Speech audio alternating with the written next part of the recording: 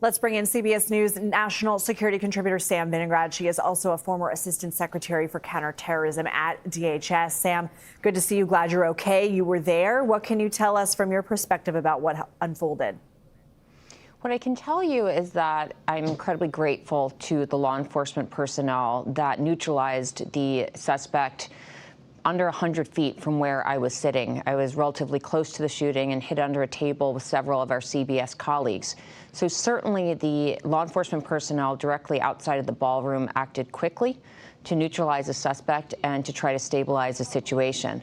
There are certainly a range of outstanding questions about whether the overall security protocols for the public site at the hotel were sufficient in light of the threat environment, namely whether hotel guests and members of the public who entered the facility should have undergone some level of additional physical screening prior to coming up to the magnetometers that were outside of the ballroom, Lindsay. So a lot of information outstanding about the actual suspect, as well as longer term, I think a deep dive into whether additional security protocols will be needed for events like this in the future.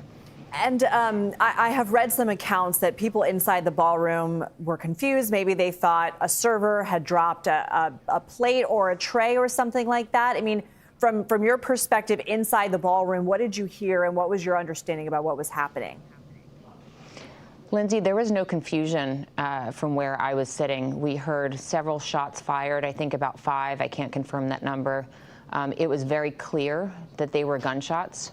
Colleagues of mine smelled the gunpowder, and as soon as those shots rang out, I encouraged members of our team at our table, as well as a foreign ambassador, to very quickly get under the table. So there was no confusion about what we heard, and we acted quickly to try to get to safety, because at the time we did not know who was doing the shooting, where the shooting was, and whether there were potentially additional threats either inside the ballroom or directly in its exterior. And so we've been watching a lot of videos in real time. Of course, a room full of journalists. Everybody whipped out their phones to document what was happening and start reporting on the events. From what you have seen in the aftermath, do you agree with Acting U.S. Attorney General Todd Blanche that this was a security success story?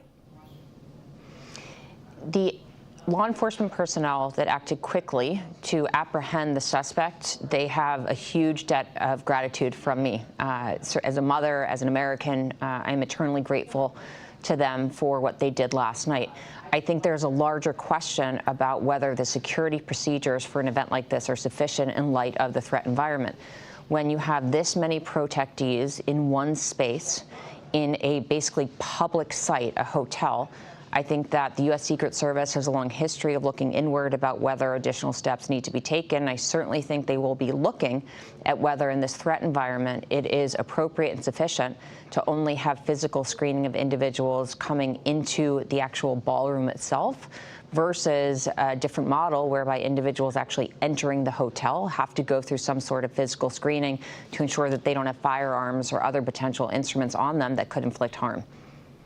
I'm not sure if we have the exact video that we can queue up, but I have seen a ton of videos and commentary on the fact that it looks like the Vice President of the United States, J.D. Vance, is being pulled from the table of dignitaries on the stage before President Trump. Here it is right now. So there's J.D. Vance being whisked away. President Trump is still being seated. You see the snipers now come up onto the tables and sort of lock eyes on the rest of the room there. The president is being whisked away.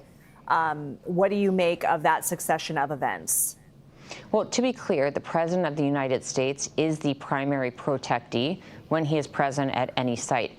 And as the U.S. Secret Service and other federal, state, and local agencies look at how the response unfolded last night, certainly they will look at whether that security prioritization was put into full effect. But to be clear, the President of the United States is the primary protectee from a law enforcement perspective.